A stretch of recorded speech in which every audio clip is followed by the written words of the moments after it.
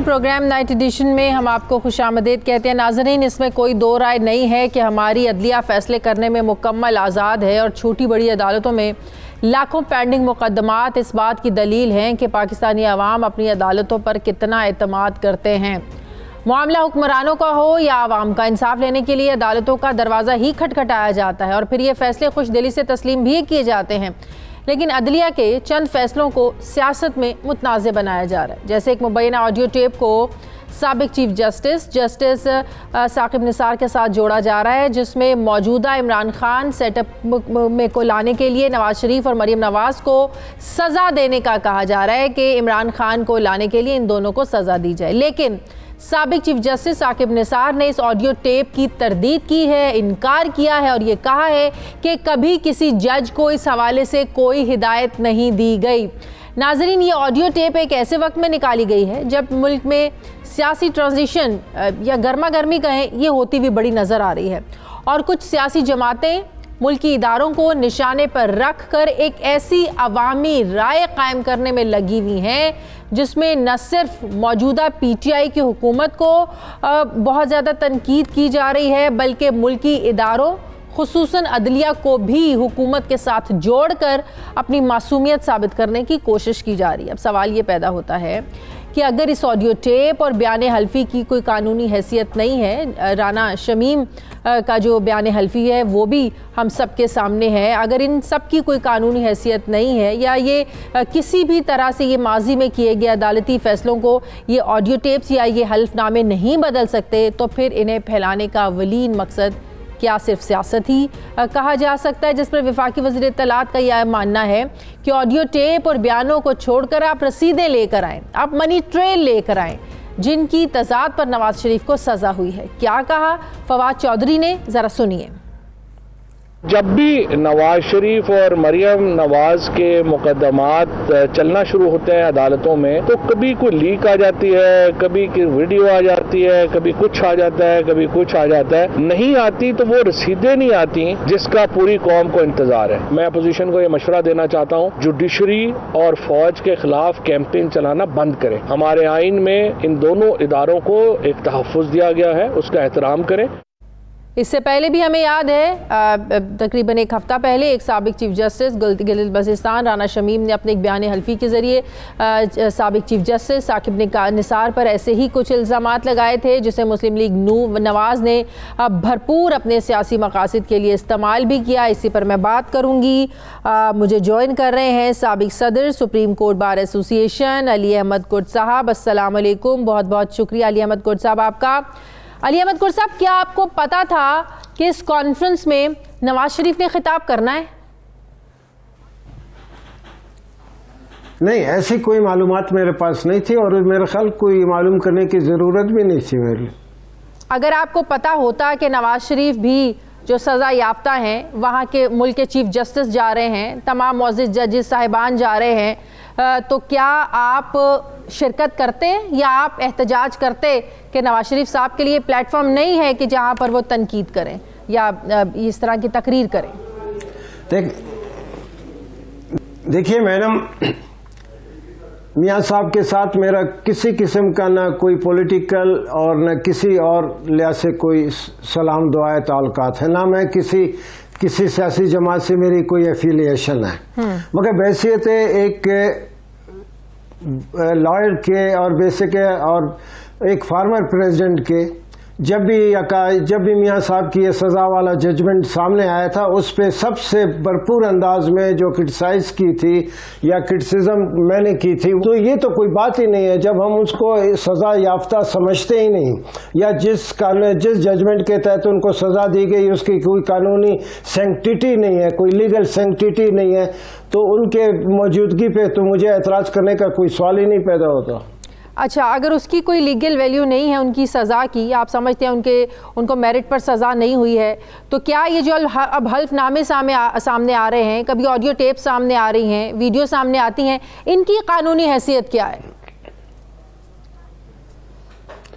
देखिए, मैं ये समझता हूँ साकिब निसार साहब चीफ जस्टिस बने और उन्हीं के ज़माने में ये मियाँ साहब के ख़िलाफ़ जितने भी केसेस आए, उस हवाले से तो अब ये जो वीडियो लीक हुई है या एक हफ्ता पहले जो गिलगित और बिल्तिस्तान के जो चीफ जस्टिस शमीम साहब ने जो बात कही थी, जो एफिडेविट दिया था, तो अब अचानक जो वीडियो भी सामने आई है, तो इससे वाज़ेह हो गया। तो इसका मतलब ये हुआ, ये जो ऑडियोज़ हैं, ये वीडियोज़ सामने आ रही हैं, ये तो बहुत बड़ी वजह बन सकती है नवाज शरीफ को और मरियम नवाज को, जो आप कह रहे हैं उनके साथ इंसाफ नहीं हुआ या मेरिट पर सज़ा नहीं हुई। फिर तो उनको इंसाफ मिल सकता है, फिर तो नवाज शरीफ साहब को चाहिए कि वो वापस आएँ, ये जो ऑडियोज़ हैं, ये वीडियोज़ हैं, कोर्ट में पेश करें, अदालतों से इंसाफ लें। नहीं, देखिए, ये तो अब मियाँ साहब या उनके जो काउंसिल एंगेज्ड, ये उन्हीं के मशवरे से सब कुछ होगा ना। मेरे कहने या आपके फरमाने से तो कोई बात नहीं बनेगी ना। अब ये उनके जो इतने हैं, वो चाहे आके ये वीडियो कोर्ट में पेश भी कर सकते हैं, मगर बात में जरूरी नहीं कि कोर्ट को सिर्फ कोर्ट के सामने या अदालत के सामने ये बात आ गई है। जैसे आप कह रहे हैं, जैसे मुझे मालूम है, पाकिस्तान के हर शहरी के नॉलेज में ये बात है कि गिलगित और बल्तिस्तान के चीफ जस्टिस ने क्या एफिडेविट दिया है, क्या वीडियो लीक हुई है। तो मेरे ख्याल में जरूरी नहीं है कि मियाँ साहब आए और अदालत में खुद उस वीडियो को, उस एफिडेविट को पेश करें। अब अदालत के सामने हर लिहाज से, हर पहलू से मैं समझता हूँ कि मियाँ साहब के जो अपील पेंडिंग है, उसमें इतने पॉइंट्स हैं, इतने लीगल ग्राउंड्स हैं, जिसकी बुनियाद पे उनकी सजा को जो है नल एंड वाइट करार दिया जा। लेकिन ये सारी आपको नहीं लगता साजिश हो रही है? जाहिर है एक तरफ तो रिलीफ चाहिए मुस्लिम लीग नवाज को, जाहिर है वो ऑडियो की भी बात करते हैं, वीडियोस की भी बात करते हैं, वो एफिडेविट की भी बात करते हैं रारा शमीम के हवाले से, लेकिन फिर अदलिया पर ये कहकर हमले करना या अदलिया को कंट्रोवर्शियल बनाना, अदालती फैसलों को कंट्रोवर्शियल बनाना कि इन अदालती फैसलों को जानबूझकर करवाया गया, क्योंकि इमरान खान को लाना था। हम लोगों को गलत बात कहने की बात ही नहीं। पहले हम ये बातें सिर्फ बारूम में बैठ के हम अपने इन तासरात या अपने इन बातों का इजहार करते थे। अब बारूम से निकल के ओपन हम लोगों के सामने बात कर रहे हैं, मजबूर हैं।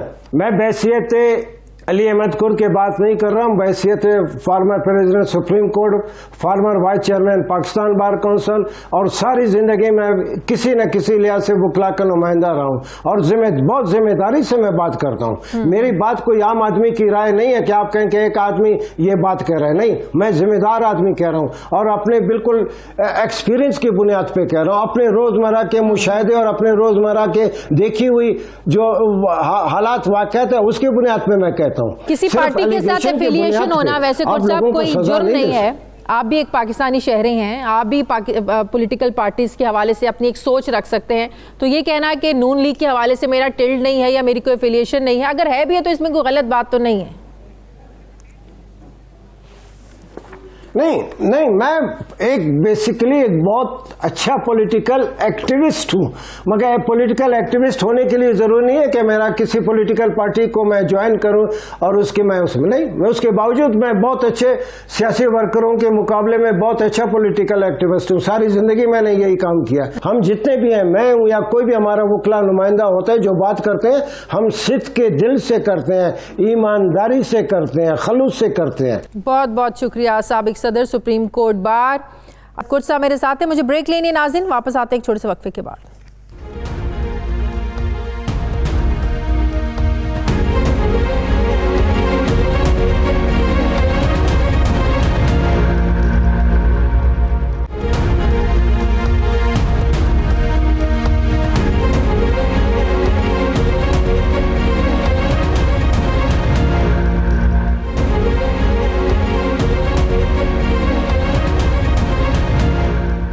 ब्रेक के बाद एक बार फिर से आपको खुशामदीद कहते हैं नाज़रीन। मुझे ज्वाइन कर रहे हैं वफाकी वज़ीर बराए science and technology Shibli Faraz साहब। अस्सलाम वालेकुम, बहुत बहुत शुक्रिया शिबली साहब आपका। शिबली साहब, कभी अरशद मलिक की वीडियो के ज़रिए, कभी जस्टिस राना शमीम के एफिडेविट के ज़रिए, कभी साबिक चीफ जस्टिस साकिब निसार की ऑडियो लीक्स के ज़रिए ये तासुर दिया जा रहा है कि तहरीक इंसाफ की हुकूमत को लाने के लिए मरियम नवाज़ और नवाज शरीफ को सज़ा दी गई। आपको भी पता है कि जो परसेप्शंस होते हैं ये बहुत इंपॉर्टेंट रोल प्ले करते हैं किसी इंसान की डिसीजन मेकिंग में। तो ये जो पिछले 3 सालों में ये परसेप्शन बनाए जा रहे हैं कि तहरीक इंसाफ की हुकूमत कैसे आई, वाकई वोटों से आई या लाया गया, आपको नहीं लगता है कि ये परसेप्शन नुकसानदेह भी हो सकते हैं 2023 के इंतखाबात के लिए आप लोगों के लिए? शाजिया, बात ये है कि हम ये देख रहे हैं कि ये एक पैटर्न है। जब भी उनकी मरियम नवाज की या इनके केसेस की पेशी आने लगती है तो ये कोई ना कोई एक स्कैंडल सामने आ जाता है। हालांकि तारीख गवाह इस बात की कि इन्होंने मुख्तलिफ जगहों पे, जिसमें के जजेस के साथ कौन उसका क्या रोल था, जो एक्स प्रेसिडेंट थे हमारे तारड़ साहब, फिर उसके बाद जो है अरशद मलिक की, और इस तरह की और कई चीज़ें हैं जो कि सामने आई हैं। मलिक कयूम की टेप सबके सामने हैं। तो ये एक पुराना तरीका रहा है पाकिस्तान मुस्लिम लीग नून का, जिसमें कि वो अपने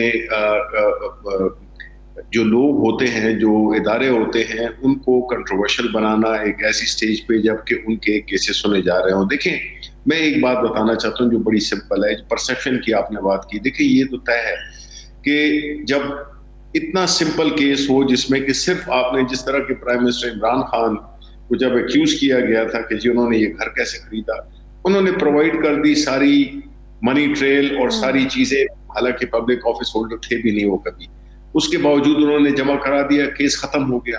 अब कौम को, पूरी कौम को लटकाया जा रहा है पिछले 3 साल से, 4 साल से, कि जी बजाय इसके कि ये कभी जमहूरियत खतरे में है तो कभी क्या किसी न किसी आर्गुमेंट के तहत एक ऐसा जत्थे लेके आ जाते हैं जिसमें के बजाय इसके कि एक सिंपल सा जवाब दें कि जी ये थे और बात खत्म हो जाए। लेकिन एक चीज को कि सवाल आपसे कुछ पूछा जाए और आप जो है तो कभी कोई वीडियो एडिट करके भेज दें, और उनकी साकिब निसार ने आज उसको डिसोन भी कर दिया है और उन्होंने कहा है कि ये एक जाली वीडियो टेप है।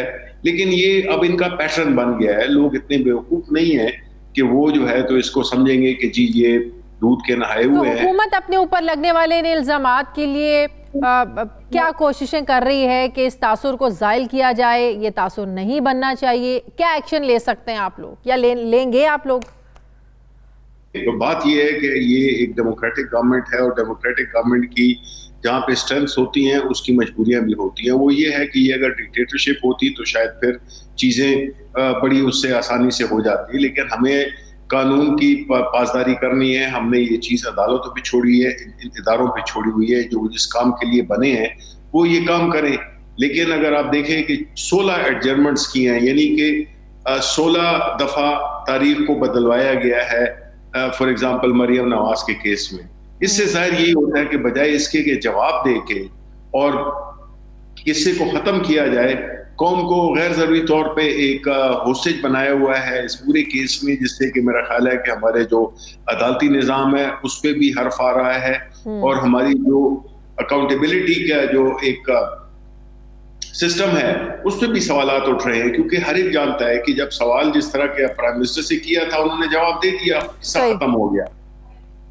अच्छा शिबली साहब, ये पार्लियामेंट के मुश्तरका इजलास में तो आप लोगों ने बिल पास करवा लिए, सेनेट में आप लोगों की अक्सरियत नहीं है, आप लोगों ने सेनेट से भी अब 4 बिल पास करवाए हैं। अपोजिशन कह रही है कि आप लोगों ने मौका देखा, ऑन स्पॉट ये फैसला किया कि अपोजिशन के मेंबरान की तादाद कम है तो चेयरमैन सेनेट के साथ मिली भगत करके उसी वक्त फैसला किया कि ये बिल पास करवा लो। तो ये रूल्स एंड रेगुलेशंस के खिलाफ अपोजिशन इल्ज़ाम लगा रही है, वो मानने को तैयार नहीं है। तो अक़लियत में होने के बावजूद कैसे आप लोगों ने ये कर लिया, कैसे पास हो गए बिल?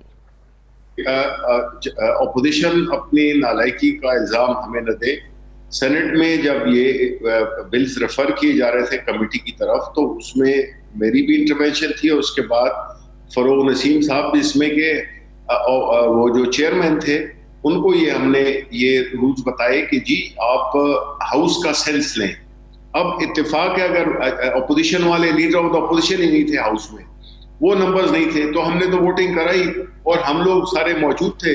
ये सब कुछ उस दिन के एजेंडे में शामिल था शिबली फराज साहब, क्योंकि अपोजिशन कहती है कि हमें पता होता कि एजेंडे में ये चीज़ होने जा रही है, हम अपनी तैयारी करके आते। ज़रूरी तो नहीं है कि हर टाइम जो है ना वो मेंबरान सेनेट में बैठे रहें या तादाद पूरी हो। वो कह रहे हैं कि हुकूमत ने धोखा दिया है। देखिए, बिल्कुल धोखा नहीं दिया। जो श्री मज़ारी का जो कि जर्नलिस्ट प्रोटेक्शन बिल था वो बिल्कुल एजेंडे पे था, इनको पता था, और वो उसमें भी इन्होंने कोशिश यही की कि वो उसको कमेटी भेज दिया जाए और वो फिर कमेटी को नहीं भेजा, बल्कि हमने हाउस में वोटिंग कराई, क्योंकि ऑलरेडी वो नेशनल असेंबली से भी पास हो चुका था और यहाँ पे भी। तो देखिए, असल चीज हाउस होती है। और हमने ये भी देखा है कि अपोजिशन ने वो बिल जो कि सेनेट की स्टैंडिंग कमेटी से भी क्लियर हो जाते हैं, उसकी भी इन्होंने अपोजिशन किया और उसको वोट आउट किया है। तो अगर अपोजिशन के मेंबर जिस दिन आपकी वोटिंग हो रही हो और आपके मेंबर्स ना हो, तो जाहिर है कि ये तो जिम्मेदारी तो उनकी बनती है। तो आप कह रहे हैं पहले बताया गया था एजेंडे में चीज शामिल थी? बिल्कुल, ये जो जर्नलिस्ट प्रोटेक्शन बिल था ये बिल्कुल शामिल था और उन्होंने जो है तो इसकी पूरी कोशिश की कि नैब तरमीमी बिल शामिल था एजेंडे में? देखिए, ये तो सप्लीमेंट्री एजेंडा बिल्कुल एक, देखिए कवानीन के मुताबिक है सारी चीजें, चाहे वो ऑर्डिनेंस हो, वो भी कानून का है, जॉइंट सेशन ठीक है। नैब तरमीमी बिल ये था, उसमें ये सप्लीमेंट्री एजेंडा में आया है, बिल्कुल। और सप्लीमेंट्री एजेंडा तो अब ये एक तरीकाकार है जो कि हमने ये लाया। हमें तो नहीं था पता कि जी गिलानी साहब को हमने कहा कि आज आप ना आए, हमने कहा था उनके बाकी मेंबरान को कि वो ना आए हाउस में। अगर ऐसी बात है तो इसका मतलब वो हमसे मिले हुए हैं, तो ऐसा था नहीं। ये तो देखिए, ये तो होता है जिस दिन हम कई दफा एक बंदे के ना होने की वजह से की दोस्ती तो नहीं होगी ऑपोजिशन की आप लोगों से? नहीं जी, नहीं, ये अपोजिशन को एडमिट किया है, उनके कई मेंबरान ने इस बात का एतराफ भी किया है कि ये उनकी लैक ऑफ प्रिपेयर्डनेस थी और उनकी ये वो थी, जिम्मेदारी थी कि वो होते। ये तो हाउस तो किसी का इंतजार नहीं करेगा, जिस दिन भी लाना हो बिल्स, उस दिन तो जो हाउस में होंगे वो तो उसी तरह ही होगा। ठीक है, थोड़ा सा आगे बढ़ते हैं। मैं मुबारकबाद भी दूं आपको कि इतनी एफर्ट्स के बाद आप लोग आखिर कामयाब हो गए। ईवीएम के ज़रिए आप लोगों का ये मोटिव था कि 2023 के इंतखाबात ईवीएम के ज़रिए होने चाहिए। आपने इस कानून को भी मंजूर करवा लिया। अब इसको इम्प्लीमेंट करवाना कितना बड़ा चैलेंज है? ऑपोजिशन तो कह रही है हम इसको चैलेंज करेंगे, ये इम्प्लीमेंट नहीं हो सकता। इलेक्शन कमीशन को भी इस पर बहुत सारे तहफ़्फ़ुज़ात हैं। तो आपको नहीं लगता कि इस पर पहले ज़बरदस्त किस्म के पायलट प्रोजेक्ट्स हो जाने चाहिए थे, डेमोज हो जाने चाहिए थे, उसके बाद इसको इस साइड पर लेके आते, कानून बनता, ताकि ऑपोजिशन भी राजी होती? देखिए, पहली बात तो ये है कि कानून जहां तक के पायलट प्रोजेक्ट्स का था, वो ऑलरेडी 2017 के इलेक्टोरल रिफॉर्म बिल में आर्टिकल 103 में क्लियर लिखा हुआ है। सुप्रीम कोर्ट की डिसीजंस में ये बात है। High court, Islamabad high court ने भी कहा है कि टेक्नोलॉजी का इस्तेमाल होना चाहिए। अब ये हो गया, अब जब लॉ बन गया है तो अब ये लाजिम हो जाता है इलेक्शन कमीशन ऑफ पाकिस्तान पे कि वो इसको इम्प्लीमेंट करे। दूसरी बात कि जहां तक कि पायलट प्रोजेक्ट का ताल्लुक है, बिल्कुल जरूर होने चाहिए। उसमें कहा गया था कि पिछले साल में जब से ये लॉ बना, इस 10 बाय इलेक्शंस हो चुके हैं, उसमें इस्तेमाल होनी चाहिए थी, ट्राई करना चाहिए था, नहीं हुआ। अब हमारी ये वो है इलेक्शन कमीशन ऑफ पाकिस्तान से कि उन्होंने कानून अब बड़ा स्पेसिफिक, बड़ा क्लियर, बड़ा वाज़ेह बन गया है। अब उनकी जो भी मुश्किलात हैं उसको हम उनके साथ कोऑपरेट करने को तैयार हैं।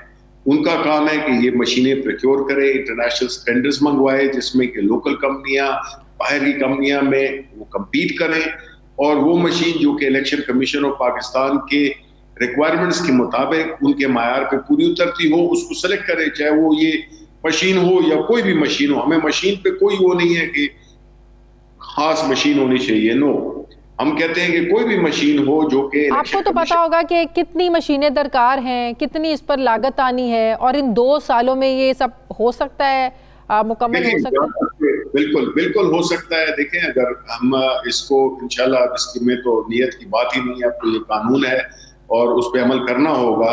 तो इस टाइम में जितना जल्दी शुरू किया जाए, यानी कि इलेक्शन कमीशन ऑफ पाकिस्तान जितनी जल्दी इंटरनेशनल टेंडर्स फ्लोट करता है, RFP रिक्वेस्ट फॉर प्रपोजल्स करता है, ये चीज मशीनों की जहां तक तैयारी है तो मैक्सिमम 5 से 6 महीने में बिल्कुल तैयार हो सकती हैं। ये पाकिस्तान में तैयार होनी है सारी मशीनें? देखिए, ये तो इलेक्शन कमीशन ने फैसला करना है कि वो इंपोर्टेड मशीनें लेते हैं या वो पाकिस्तान में बनाई हुई मशीनें। खर्चा किस पर कम होगा, इंपोर्टेड पर या खुद बनाना? जाहिर है कि जो पाकिस्तान में बनेगी उससे जॉब क्रिएशन भी होगी, उसमें हमारा फॉरेन एक्सचेंज भी बचेगा।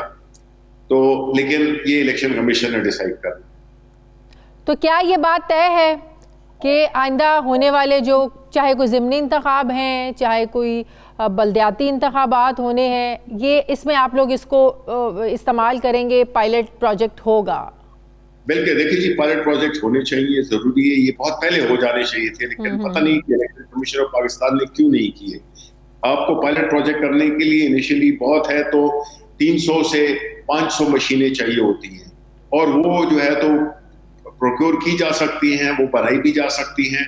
और जहां तक कि लोकल बॉडीज का इंतखाब है, इसमें वो कि जो पैनल होते हैं उसमें नहीं हो सकता, लेकिन लेट्स से कि जो जिली नाजिम का यानी नाजिम आला का जो इलेक्शन है वो बिल्कुल इलेक्ट्रॉनिक वोटिंग मशीन पे होना चाहिए, और इंशाल्लाह मुझे उम्मीद है कि होगा। और दूर दराज गांव देहात हर जगह इसकी अवेलेबिलिटी आप समझते हैं कि आसानी से हो सकती है? फिर आपको पता है हमारे यहाँ जो लिटरेसी रेट है, गांव देहात पढ़े लिखे लोग नहीं हैं, मशीनरी के बारे में जानना बहुत कम लोग जानते हैं, बहुत से लोगों को तो मोबाइल भी यूज़ नहीं करना आता है, तो आपको नहीं लगता कि मुश्किल होगा? नहीं शाजिया, मैं आपको इतना जरूर बता दूं कि ये मैनुअल से ज्यादा आसान है।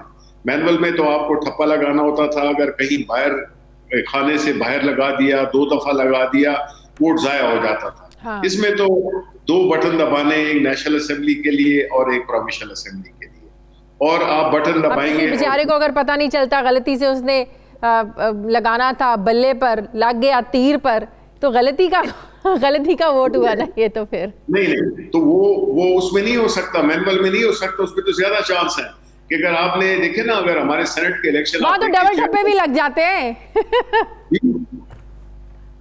सॉरी, मैंने कहा वहां पे तो डबल ठप्पे भी लग जाते हैं। डबल ठप्पे भी लग जाते हैं। इसमें एक कमाल of all other thing besides the fact कि ये एक बड़ा ट्रांसपेरेंट और बड़ा सिंपल है इस्तेमाल के लिए। इसमें आपके जो कैंसिल शुदा वोट जो कि नॉर्मली इलेक्शन में, पिछले इलेक्शन में तकरीबन 15 से 18 लाख थे, और अगर आप अभी वोटों की तादाद चूंकि बढ़ जाएगी तो आपको तकरीबन 20 लाख वोट जो है वो जाया होने का इम्कान है। इस मशीन की वजह से आपका एक वोट भी जाया नहीं होगा। अच्छा, और इंटरनेट के साथ भी ये कनेक्टेड नहीं है? इंटरनेट का कोई ताल्लुक नहीं है इस मशीन के साथ? ज़ाहिर है बहुत सी जगहों पे तो इंटरनेट है ही नहीं। बिल्कुल, इंटरनेट से कोई ताल्लुक नहीं है, ये स्टैंड अलोन है, इसमें कोई वाईफाई, इसमें कोई ब्लूटूथ, किसी किस्म की कोई केबल वगैरह नहीं है। ये बिल्कुल एक ऐसे समझ लें कि ये एक बड़ा वो है, कैलकुलेटर है, जिसमें कि आपने जिस तरह की शॉपिंग के लिए जाते हैं उसमें जो है तो आपको बस इसमें तो सिर्फ एक बटन दबाना है, जिस तरह के। अब यकीन करें, अब वाकई इंतजार है कोई ज़िमनी इंतखाब हो या किसी भी किस्म का इलेक्शन हो जिसमें आप लोग इस्तेमाल करें, उसके बाद पता चले कि वाकई कितनी अफादियत है इसकी, कितना यूजफुल है ये सिस्टम, ताकि ऑपोजिशन को भी जो तनकीद करने का जवाब मिलता है ना, वो भी ख़त्म हो सके। बहुत बहुत शुक्रिया वफाकी वज़ीर बराए टेक्नोलॉजी शिबली फराज साहब मेरे साथ थे। मुझे ब्रेक लेनी है नाज़रीन, वापस आते हैं एक छोटे से वक्फे के बाद।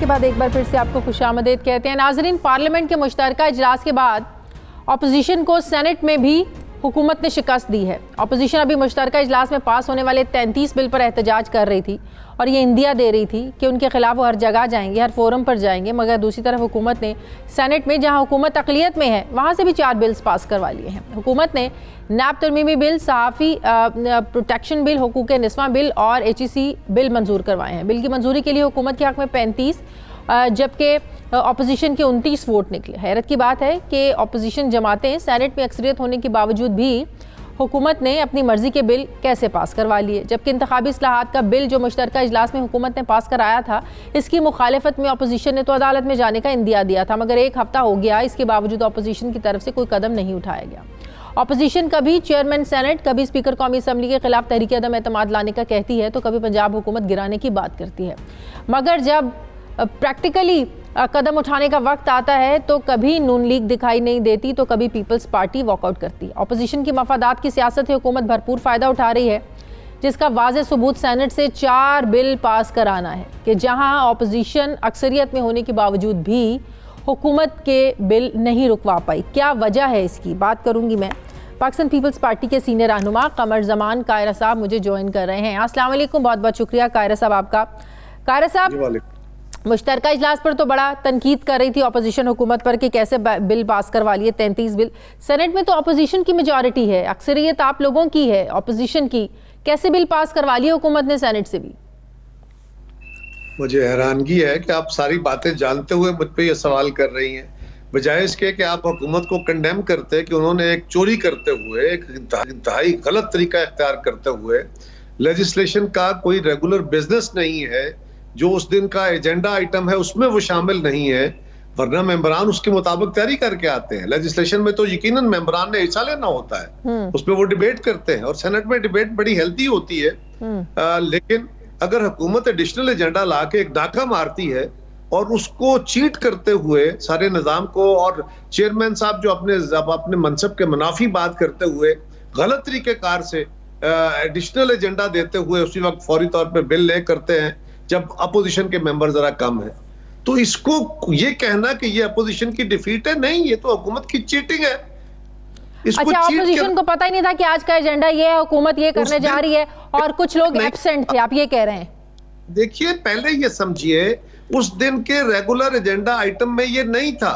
जब गवर्नमेंट ने देखा कि अपोजिशन के मेंबरान कम है, उन्होंने स्पीकर साहब, उन्होंने चेयरमैन से मिली भगत करके एडिशनल एजेंडा दिया, ऑन द स्पॉट देके, और उन्होंने कहा रूल्स रिलैक्स करते हुए ये बिल पे प्रेजेंट कर रहे हैं। इसी पे अपोजिशन ने एहतजाज किया, इसी पे उन्होंने एजेंडा फाड़ के उसकी तरफ फेंका था स्पीकर चेयरमैन की तरफ। लेकिन क्या फायदा अपोजिशन के एहतजाज का, क्या फायदा ऐसी कॉपियां फाड़ने का? समझने की बात है, आप अपोजिशन को कंडेम कर रहे हैं, आप गवर्नमेंट को कंडेम नहीं कर रहे सर, सवाल पूछ रहे हैं सर, कंडेम नहीं कर रहे कि हुआ क्या? आप कह रहे हैं कि अपोजिशन ने ये बिल, अपोजिशन नाकाम हो गई। अब भाई अपोजिशन के मेंबरान हर वक्त तो कुर्सियों पर जमे बैठे नहीं होते ना। अगर हुकूमत रेगुलर एजेंडा में लेजिस्लेशन लाई नहीं और मेंबरान उस वक्त सारे नहीं है, तो उसके नतीजे में ये उन्होंने काम कर लिया कि उन्होंने अपने मेंबर मैनेज करके रखे, जो ही अपोजिशन जरा कम हो ये एडिशनल एजेंडा दे दिया। ये इतनी बड़ी चीटिंग है, बजाय इसके कि आप इसको कंडेम करें, आप इसको ये तो फिर बड़ा आसान है हुकूमत के लिए। अगर इतना ही आसान पहले भी होता तो फिर मुश्तरका इजलासों में बुलाकर ये करवाने की क्या जरूरत थी? हुकूमत ये पहले भी तो करवा सकती थी। कायरा साहब, खुदा का खौफ करे, एक मामले को समझिए, एजेंडा डिक्लेयर्ड होता है। अब मुझे ये तो नहीं पता कि चेयरमैन जो लीडर ऑफ जो उस वक्त हाउस को प्रिजाइड कर रहे हैं, वो हुकूमत के साथ मिली भगत करके बैठे हुए हैं कि जो ही मेंबरान जरा कम होंगे वो उसी वक्त एडिशनल एजेंडा मान लेंगे। ये तो मेरे इल्म में नहीं है ना। दुनिया का ऐवान है जहां पे सारे मेंबरान हर वक्त बैठे होते हैं। कभी तो अगर एजेंडे से हटकर कोई कार्रवाई होती है, एजेंडे से हटकर कोई चीज सामने लाई जाती है, तो रूल्स एंड रेगुलेशन के खिलाफ इस तरह अगर कोई पार्टी जाती है, जैसे हुकूमत गई है, तो इसकी क्या कुछ सजा होती है? क्या होता है? हुकूमत तो अपने मकसद में पास तो हो गई। वैसे देखिए, ये जो चेयरमैन का एक डिस्क्रिप्शन या स्पीकर की एक डिस्क्रिप्शन होती है ना, कोई रूल रिलैक्स करने की, उसके लिए एक मोशन पेश की जाती है, वो अनएथिकल है। उसके लिए बहुत एक्यूट इमरजेंसी में, जिस तरह ऑर्डिनेंस एक्यूट इमरजेंसी में हो सकता है, एक्यूट इमरजेंसी में आप रेगुलर प्रोसीजर को बाईपास करते हुए, आप लेजिस्लेशन को मूव करके कमेटी प्रोसेस को वायलेट करते हुए डायरेक्ट उस पर वोट करा लेते हैं। ये बाकायदा असेंट से होता है। और ये तो इसीलिए तो उस दिन अपोजिशन के जो मेंबरान बैठे थे, उन्होंने स्पीकर चेयरमैन से बाकायदा एहतजाज किया और चेयरमैन साहब बड़ी ज़ेरे लब मुस्कुरा रहे थे। अब इस किसानी हंसी को कोई क्या कहे? अब अपोजिशन के साथ इतनी ज्यादतियां हो रही हैं कायरा साहब, आप लोगों को एतमाद में नहीं लिया जाता। 33 बिल किस तरीके से मुश्तरका इजलास में पास करवा लिए, फिर सेनेट में अक्सरियत ना होने के बावजूद बिल पास करवा लिए जाते हैं। ऑपोजिशन इस पर कर क्या सकती है? पीडीएम में वो दमखम रहा नहीं है। दिसंबर की कॉल्स तो दी जा रही हैं, लॉन्ग मार्च की बात की जा रही है।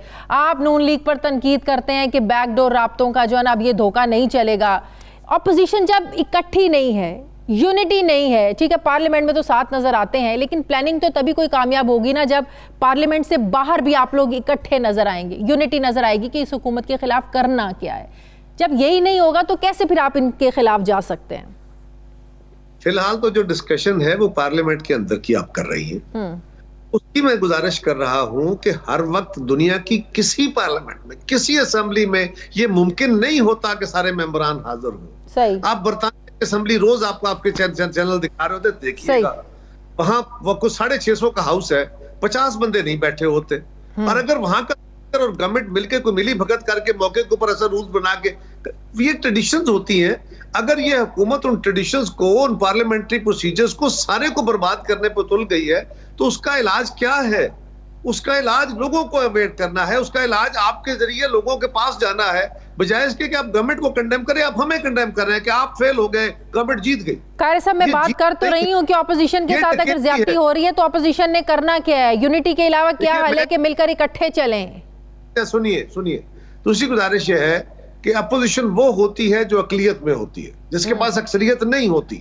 अक्सरियत हो तो आप हुकूमत में होते हैं। डेफिनेटली। सो अपोजिशन कोशिश करती है, अपोजिशन उनके इत्तेहादियों को, उनके अपने जो उनकी रैंक्स एंड फाइल्स होते हैं उनको मोटिवेट करती है। आप देखें ना, तो जो जॉइंट सिटिंग हुई, जॉइंट सिटिंग के अंदर भी उन्होंने 222 के बजाय 221 वोट लिए। 222 मैंडेटरी है, नहीं मिले, इसके बावजूद वो बिल पास करके बैठ गए। चेयरमैन सेनेट के ऊपर इंतहाई गलत और अनकॉन्स्टिट्यूशनल रूलिंग देके और वो डाका मार के बैठ गए। क्या किया जाए? क्या हम जाके ताले लगा दें?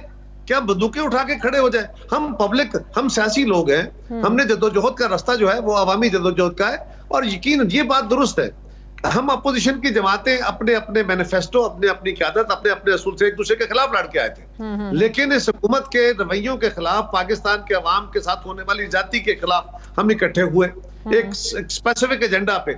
उस एजेंडा में जमातों को जरा उतावलापन आ गया, वो जल्दी में हो गए, उनको बड़ा पता नहीं क्या मसला बना। उन्होंने हम दो जमातों के साथ ज्यादती करके उस पीडीएम को तोड़ दिया और आज उसका नतीजा ये है कि हुकूमत जो है वो अपनी हटदर्मी पे आई हुई है। यकीनन अगर अपोजिशन इकट्ठी ना होगी तो उसका नुकसान होगा, लेकिन हमने जो पीडीएम का टूटना है उसको हमने असेंबलियों के अंदर नहीं रिफ्लेक्ट होने दिया ताकि इस अमल को रोक। लेकिन अब अगर कोई मतलब पार्लियामेंट्री रवायत से इतना गिरना चाहता है, अच्छा ठीक है, अब बताएं पीडीएम का दोबारा हिस्सा बनने में रुकावट क्या है? कायरा साहब, राब्ते तो हो रहे हैं आप लोगों के। कहा है कि हम पीडीएम से अलग नहीं हुए, हमारे साथ बड़ा इंसल्टिव बिहेवियर इख्तियार किया था शायद खाकान अब्बासी साहब ने। वो अपने रवैये को, अपने खत वापस ले, माफी मांगे, अपने रवैये की माजरत करे। माफी मांगना तो गलत लफ्ज है, लेकिन वो उस पर माजरत करें और एएनपी को राजी करें, क्योंकि वो किसी जमात को इस तरह अपनी मर्जी से डिक्टेशन देने का इख्तियार नहीं रखते। पीपल्स पार्टी कभी भी उससे पीछे नहीं हटना चाहती और ना हटती है। हम आज भी सियासी जमातों के साथ रवाबत में हैं, लेकिन फोरम्स के ऊपर हर जमात का अपना एहतराम है, उसकी हैसियत के मुताबिक उसका एहतराम करना जरूरी है, अफराद का भी और जमातों का भी। मतलब शायद खाकान अब्बासी साहब माफी मांगे अपने माजी के रवैये पर, जिसकी वजह से आप लोगों को पीडीएम छोड़ना पड़ी, उसके बाद कुछ सोचा जा सकता है, राइट? नहीं, मैं माफी का लफ्ज बड़ा सख्त है। अच्छा, उस पे करें, अपना लेटर वापस ले, उस पे माजरत करें और आगे बढ़े। माफी और माजरत एक ही चीज नहीं है? माजरत, माफी नहीं, माफी तल्ख लफ्ज होता है, तल्ख लफ्ज होता है, मतलब एक ही होता है। मतलब एक ही होता है। आप अगर आप इसको तलखी में इस्तेमाल करना चाहें तो ये आपकी मर्जी है। मेरे मुंह से माफी का लफ्ज निकला तो मैंने उसको तस्हीह कर ली अपनी फौरी। ठीक है, बहुत बहुत शुक्रिया। पाकिस्तान पीपल्स पार्टी के सीनियर रहनुमा कमर जमान का मेरे साथ थे। नाज़रीन, मुझे ब्रेक लेनी है, वापस आते हैं छोटे से वक्फे के बाद।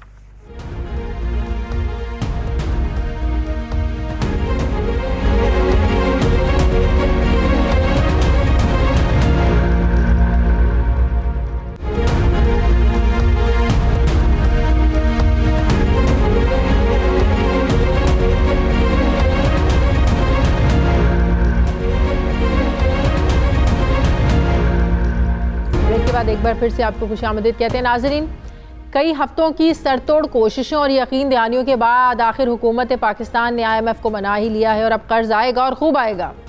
आज वफाकी वज़ीर ख़जाना शौकत तरीन ने प्रेस कॉन्फ्रेंस की, कहा कि अब IMF की किस्त पाकिस्तान को मिल जाएगी, लेकिन साथ ही ढके छुपे अल्फाजों में उन्होंने टैक्सेस और कीमतों में इजाफे की खबर भी दी। क्या कहा वफाकी वज़ीर ने, ज़रा देखिए।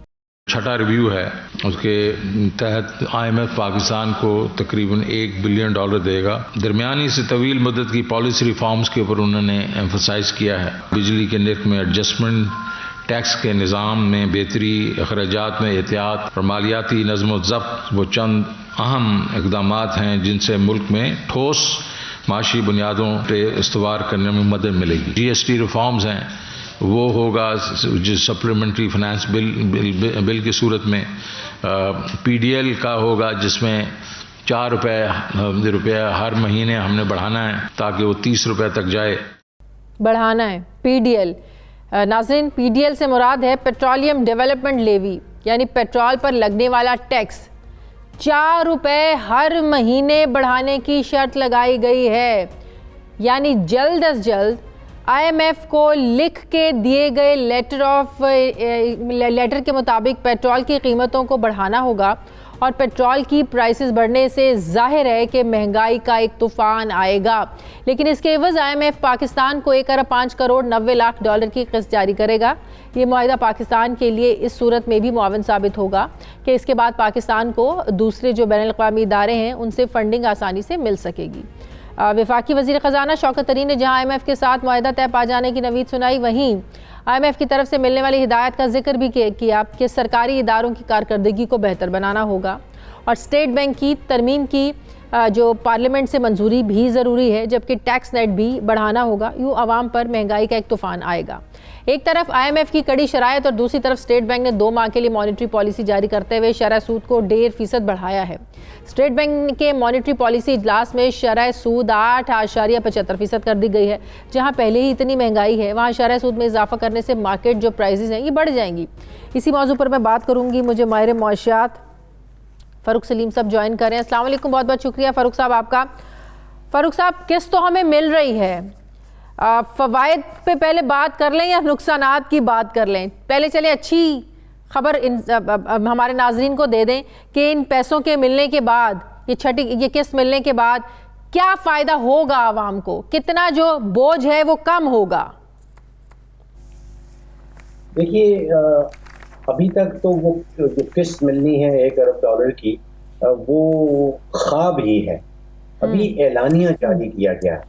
अभी एलानिया जारी करने के लिए आपने देखा कि हमें पहले 1 रुपए 70 पैसे बिजली का बिल बढ़ाना पड़ा, फिर आपने जैसे कहा कि 1.5% जो है वो इंटरेस्ट रेट बढ़ाना पड़ा, फिर 4 रुपए फी लीटर पेट्रोल और डीजल के ऊपर इजाफी टैक्स बढ़ाना पड़ा।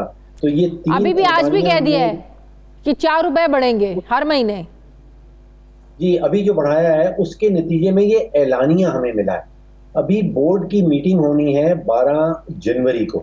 देखिए, स्टाफ लेवल की जो अग्रीमेंट होता है, जो मुआहिदा होता है, वो आपको कोई पैसे रिलीज नहीं कर सकता। वो सिर्फ बोर्ड जो है वो ऑथराइज है कि आपको एक किस्त रिलीज कर सके या पैसे दे सके। बोर्ड की मीटिंग अभी नहीं हुई। बोर्ड की मीटिंग होनी है जनवरी 12 तारीख को, और आज और जनवरी 12 के दरमियान में हमने बहुत सारे और काम अभी करना बाकी हैं। अभी आप देखिएगा कि इंटरेस्ट रेट कम से कम 1% और बढ़ाना बाकी है। अभी बिजली के रेट और बढ़ाना बाकी हैं। अभी पेट्रोल, जैसे आपने कहा कि 4 रुपए फी लीटर, 4 रुपए 95 पैसे फी लीटर बढ़ाना बाकी है। और 2 बड़े कवानीन हमने नेशनल असेंबली से पास करवाने होंगे। एक तो आप देखिएगा कि अगले चंद हफ्तों में एक मिनी बजट सामने आएगा जिसमें जो 300-325 अरब रुपए। मुझे एक बात बताएं डॉक्टर साहब, कि जो IMF से कर्ज मिलने के बाद जो एक महंगाई का तूफान आता है, अब जैसे पेट्रोलियम मसनूआत बढ़ने की भी उन्होंने बता दी कि पेट्रोल भी महंगा होगा, हमें बढ़ाना पड़ेगा। फिर कल को हम ये जवाब तो नहीं दे सकते ना, हमारे वुज़रा के पास ये जवाब तो नहीं रहेगा ना कि क्योंकि इंटरनेशनल मार्केट में प्राइसेस बढ़ रही हैं, क्योंकि लंदन में बढ़ चुकी हैं। अभी जो लंदन में बढ़ी हैं, बिल्कुल बढ़ी हैं। अब ये पता नहीं कितने साल तक हम सब लोगों को सुनना पड़ेगा क्योंकि लंदन में बढ़ी है इसलिए हमें बर्दाश्त करना पड़ेगा। तो अब तो हमें भी समझ आ रही है कि सिर्फ IMF की वजह से ही जो है ना पेट्रोलियम मसनूआत बढ़नी है, पेट्रोल बढ़ना है, इसका इंटरनेशनल मार्केट प्राइसेस से कोई ताल्लुक नहीं है, राइट? देखिए, महंगाई जो पाकिस्तान में हो रही है इसके सिक्के के 2 रुख हैं। एक तो जो एनर्जी प्राइसेस दुनिया के बाहर, मतलब पेट्रोल की प्राइस, डीजल की प्राइस, LNG की प्राइस, कोयले की कीमत जो बढ़ रही है, वो क्योंकि पाकिस्तान में हम प्रोड्यूस नहीं कर रहे, तकरीबन 85% तेल हमारा इंपोर्ट हो रहा है, तो उसकी बढ़ानी पड़ती है। लेकिन दूसरा रुख जो सिक्के का है, देखिए, गंदम का IMF से कोई ताल्लुक नहीं है, गंदम का US डॉलर से कोई ताल्लुक नहीं है। वो पाकिस्तान में उगाई जाती है, पाकिस्तान हुकूमत उसकी सपोर्ट प्राइस देती है, वो फार्मर को रुपए मिलते हैं, उनको कोई हम डॉलर्स नहीं देते।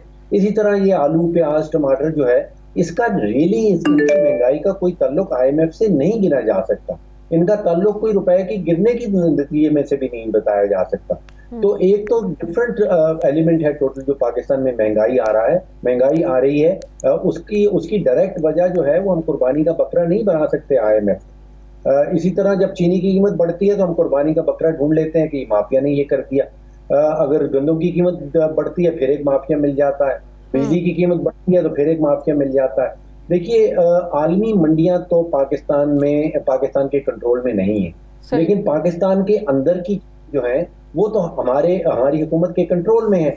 अब अगर बिजली जो है 20-25% पाकिस्तान के अंदर चोरी हो रही है, तो उस चोरी को कम करना जो है वो IMF ने हमें कहीं नहीं रखा कि उसको कम करें।